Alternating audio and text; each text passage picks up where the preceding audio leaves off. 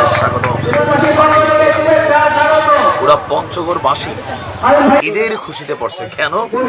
আপনার যে দৃশ্য বা ভিডিও ফুটেজ আপনারা সাইডে দেখছেন, আমাদের 100-র উপরে বাড়ি, ব্যাংক বাড়ি, টাকা ওই পাইলে বাবা।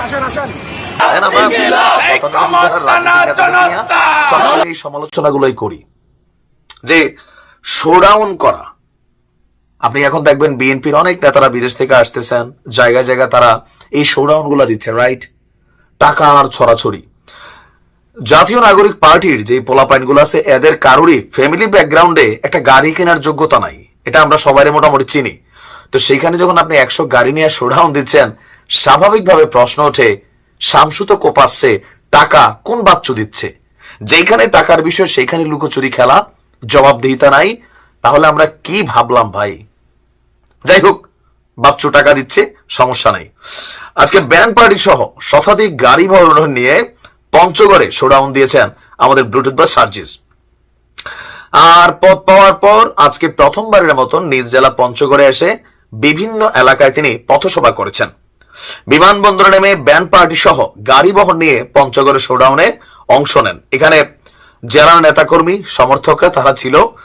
যাত্রাপথে সাকুয়া, বোদা, দেবী, ধস, তেতুলিয়া, পঞ্চগড়ে পথসভা করে নিজ উপজেলা অটোয়ারিতে তিনি ইফতার মাহফিলে যোগ দেন।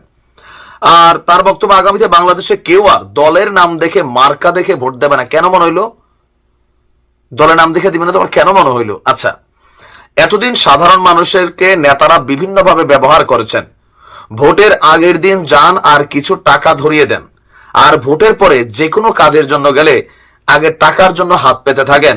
নতুন বাংলাদেশে এগুলার হতে দেওয়া যাবে না। কেমনে হতে দেওয়া যাবে না? এই যে আপনি 100 গাড়ি নিলেন, এই টাকাটা কে দিল? আপনি ক্ষমতায় যাওয়ার পর এই টাকাগুলো যারা আপনার পিছনে খাটাচ্ছে, আপনি তো তাদের বাপ ভাই লাগেন না, তারা তাদের স্বার্থে আপনার পিছনে খাটাচ্ছে। তো আপনার লাগে যখন 10টা কাজ আসবে, যে আপনি আজকে আসছেন, নিশ্চয় এলাকার কেউ স্পন্সর করছে গাড়িগুলো, তাই না? তো এত টাকা স্পন্সর কে করলো? ওই ব্যক্তি করছে যে ব্যক্তি আপনার এমপি বানাইলে সে এলাকার বিভিন্ন সিন্ডিকেট নিয়ন্ত্রণ করবে, দখলদারিত্ব করবে, টেন্ডারবাজি করবে, অথবা উপর লেভেলে খাবে, তারাই তো আপনাকে দিচ্ছে। তাহলে আপনি কেন ভাইবা নিবেন যে আপনি পাশ করলে এই এলাকার দুর্নীতি থাকবে না, হাত পাতবে না? পরে তার বক্তব্য হচ্ছে নতুন একটা বাংলাদেশ, মানে নতুন বাংলাদেশ কোনটা? ইয়েস, আপনারা 8-10 জন মানুষ কোটি কোটি টাকার মালিক হয়ে গেছেন, রাজনৈতিক নেতারা চিপাই পড়ে গেছে।